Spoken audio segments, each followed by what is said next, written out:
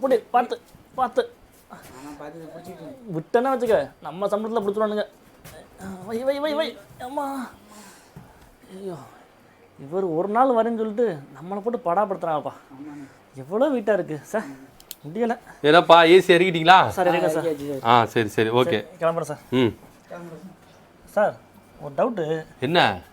இல்லை இவ்வளோ செலவு பண்ணி வர்றது வந்து ஒரு நாள் கூத்துக்கு தானே?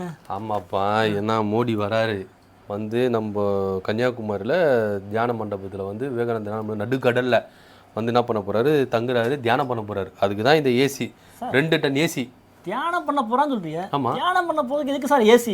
தியானம் பண்ணும்போது அவருக்கு வேர்க்கும்ல, அப்போ ஏசி போடணும். அவர் வந்து பாடி வந்து இவ்வளோ பேசுறிய ரோட் ஷோலாம் வந்தார்ல, ரோட் ஷோவில் வரும்போது எவ்வளோ ஏசி நாங்கள் இது கொடுத்தோம். அவர் வந்து வேர்க்கக்கூடாதுன்ட்டு அவ்வளோ இதுவாக பார்த்துனோம். வண்டியிலே வந்து ஏர் கூலர்லாம் வச்சு அவ்வளோ இது பண்ணோம். இப்போ தியானம் வந்து நடுக்கடலில் வந்து இது பண்ணுறாரு. வந்து ரோட்டில் வந்தது சார், ரோட்டில் வெயில் அடிக்கும், அதனால நீங்கள் ஏசி வச்சு ஏர் கூலர் வச்சு எல்லாம் வச்சு சரிதான். ஆமாம், இது நடுக்கடல், கடல்ல காற்று எப்படி அடிக்கும்?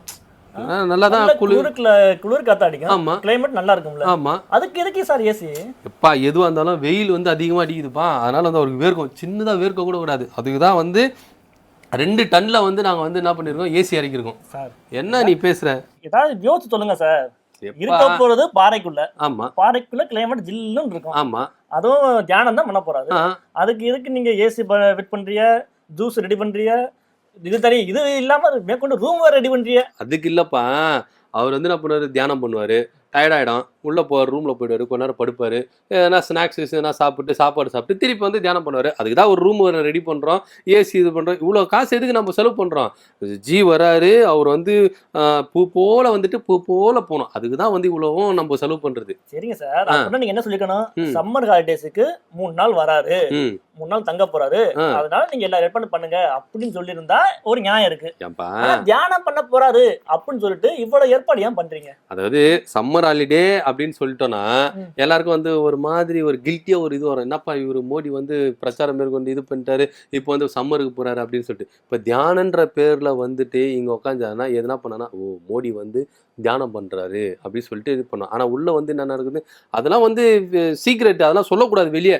அப்படிதான் நாங்க ரெடி பண்ணுவோம். நீ என்ன இறக்கிட்டல, சம்பளம் எவ்வளவு வாங்கி போயிடு. இல்ல சார், டவுட் தான் எனக்கு, சில டவுட்லாம் இருக்கு, நிறைய டவுட் இருக்கு. டவுட் வருது, நான் அது தப்புலாம் சொல்லல. பட் இதுதான் எங்களுடைய ப்ரொசீஜர். எங்களுக்கு ஆர்டர் பார்த்து மாதிரி ஏசி இறக்க சொன்னாங்க, அப்புறம் அந்த ரூம் ரெடி பண்ண சொன்னாங்க, சகல வசதியும் உள்ள இருக்கும். அவர் வந்து அந்த தியானம் பண்ற வரைக்கும் 3 நாள் வரைக்கும் அவர் இங்க வந்து வெளியே போக கூடாது, எல்லாமே இங்கே இருக்கும். அது சரிதான் சார். இப்ப இவ்வளவு ரெடி பண்றீங்க, அப்ப இத ஃபுல்லா செலவு வந்து மத்திய கவர்மெண்ட் எடுத்துக்குமா இல்ல எங்களோட ஸ்டேட் கவர்மெண்ட் தெரியல? ஏன்னா ஏற்கனவே ஒரு டைம் நீங்க பண்ணீங்கல்ல, எங்க பெங்களூர் போயிட்டு வனத்துறை வந்து மத்திய கவர்மெண்ட் தான், அதை திறந்து வைக்கப்படும் சொல்லிட்டு ஹோட்டல்ல தங்கின ஒரு நாள் பில்லுக்கு 80 லட்சம் ரூபாய் யாரு தலையில கட்டினீங்க? ஸ்டேட் கவர்மெண்ட் தலையில கட்டிட்டீங்க. கரெக்ட். இதெல்லாம் வந்து ஸ்டேட் கவர்மெண்ட் நாங்க நிதி தரல, சும்மா ஒண்ணும் இல்ல, நாங்க நிதி தரல ஸ்டேட் கவர்மெண்ட்டுக்கு. அந்த நிதியில இருந்து எடுத்து கட்டுங்க, செலவு பண்றதுல செலவு பண்ணுங்க, எடுத்து கட்டுங்க. இல்ல சார், அங்க ஒரு நாள் தங்கினக்கே 80 லட்சம் ரூபாய், 3 நாள் தங்க போறேன்னு சொல்றீங்க. எவ்வளவு பில்லு வர போதோ அப்படின்னு பில்லு வரும்போது பாத்துக்கப்பா, பில்லு வரும்போது பாத்துக்காது. என்ன ஏதோ சொல்லிட்டு இது பண்ணிக்க, அதெல்லாம் ஒன்னும் பிரச்சனை இல்ல. ஏன் தான் இப்படி பண்றீங்கன்னு தெரியல சார். இதெல்லாம் இருக்குன்னு சார், இந்த ஏசி தான் சார் எனக்கு வந்து ரொம்ப இரிட்டேட்டிங்கா இருக்கு. என்ன இரிட்டேட்டிங்கா இருக்கு உனக்கு? இல்ல சார், பொதுமக்கள் ஆமா, அவங்க காசு கொடுத்தா நம்ம இங்க சம்பளம் வாங்குறோம், நம்ம சம்பளம் வாங்குறோம், சரிங்களா? அவங்க வந்து எவ்வளவு மக்கள் இத்தனை நாள் வரை வந்திருப்பாங்க, விவேகானந்தபுரத்துக்கு வந்திருப்பாங்க, திருவள்ளுவர் சிலைக்கு வந்திருப்பாங்க. அப்பெல்லாம் நீங்க ஏசி போடணும்னு தோணலையா சார் உங்களுக்கு? ஐயோ ஏன்பா, இப்ப மட்டும் ஏசி, இவர் ஒரு நாள் வந்து தங்கிட போறாரு அப்படிங்கறதுக்காக நீங்க ஏசி போடலாமா?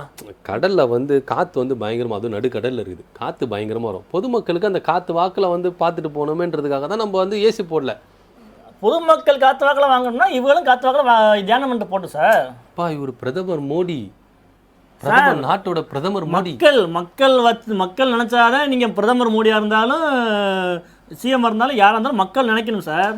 சரிப்பா, மக்களுக்கே நீங்க எதுவும் பண்ண மாட்டேங்கிறீங்க, பிரதமர் வராங்கிறக்காண்டி அவருக்கு மட்டும் எவ்வளவு பண்றீங்க? இல்லப்பா, நீ ரொம்ப கேக்குற. அதுக்கு தான் நாங்க என்ன பண்ணிட்டோம், ஜனங்களை வந்து 3 நாளுக்கு வரக்கூடாதுன்னு தடை பண்ணிட்டோம் சார். இதுல நியாயமா சார்? என்ன சம்மர் ஹாலிடே, இந்த ஹாலிடேல வந்து எல்லாரும் வெளியில போய் என்ஜாய் பண்ணணும் அப்படின்னு ஊர்ல இருந்து எங்கெங்க இருந்து வராங்க கன்னியாகுமரிக்கு, திருவள்ளுவர் சிலையை பார்ப்போம், விவேகானந்த மண்டபத்தை பார்ப்போம் அப்படின்னு. இந்த 3 நாளைக்கு தடை பண்ணா அவ வந்த மக்கள்லாம் என்ன பண்ணுவாங்க? இப்போ தூரமா நின்று பார்த்துட்டு போட்டோம்பா, நம்மளுக்கு பிரதமர் மோடி தான் நம்ம முக்கியம். தூரமா நின்று பார்க்கறக்கா வந்து அங்கேருந்து இவ்வளவு தூரம் செலவு பண்ணி வராங்க. மக்கள் தான் நமக்கு முக்கியம். சரி, நீங்க தியானம் பண்ணணும்னா தியானம் ஆகட்டும், இப்போ விவேகானந்த மண்டபத்தில் பண்ணட்டும், மற்ற பொதுமக்கள் அளவு பண்ணி நீங்க வாட்டிக்கு அங்கே இருந்து போங்க, சுற்றி பாதுகாப்பு போடுங்க.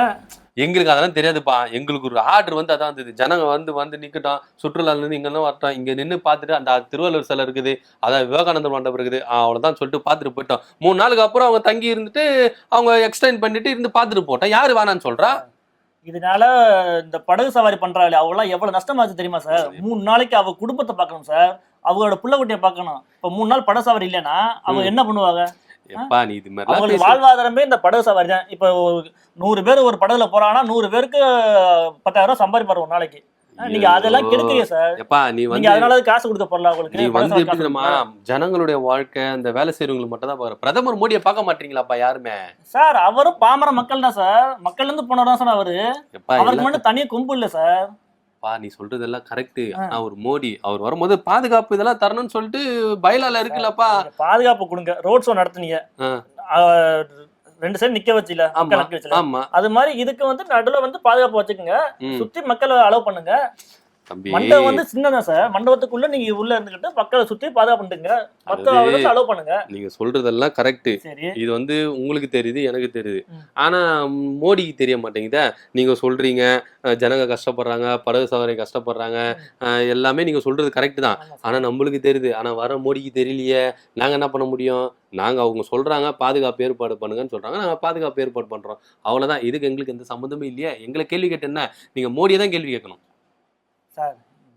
நீங்க எனக்கு சொல்றியா இது வந்த நாள சரி மக்களும் பாதிக்கப்படுறாங்களே அப்படின்னு என்னோட ஆதங்கத்தை நான் கேட்கறேன் சார் உங்கள்கிட்ட. சரிப்பா, இப்போ உங்களுக்கு என்ன அதெல்லாம் இருக்கணும் சார். இப்ப இந்த 4ஆம் தேதி வரையும் தான். ஆமா, அதுக்கப்புறம் எப்படிங்கிறது நமக்கு தெரியாது. அது நம்மளுக்கு தேவையில்லாத விஷயம். நம்ம அது ஊர்லாம் போய் அதுக்குள்ளே இருந்து வரா இல்ல வெளியில வர வாய்ப்பு எதுவும் இருக்கா? நம்மளுக்கு அது தெரியலப்பா. அவர் என்ன பிளான் வச்சிருக்காரே தெரியல. திடீர்னு என்ன ஒரு பிளானை மாத்துவாரு. திடீர்னு அவர் விவேகானந்தர் பார்க் வந்து தியானம் பண்றேன்றாரு, நாளைக்கு என்ன பிளான் போடுவாருன்னு தெரியாது. திடீர்னு மைண்ட் மாற, நான் இங்க இருக்க மாட்டேன் வெளியே போறேன் அப்படின்னு. அது நம்மளுக்கு எதுக்குப்பா பிரச்சனை? நம்ம வேலையை நம்ம செஞ்சு, உங்க வேலை நான் சேசி இறக்கிட்டியா, போலாம், அவ்வளவுதான். நம்மளுக்கு இதுக்கு சம்பந்தம் இல்லை.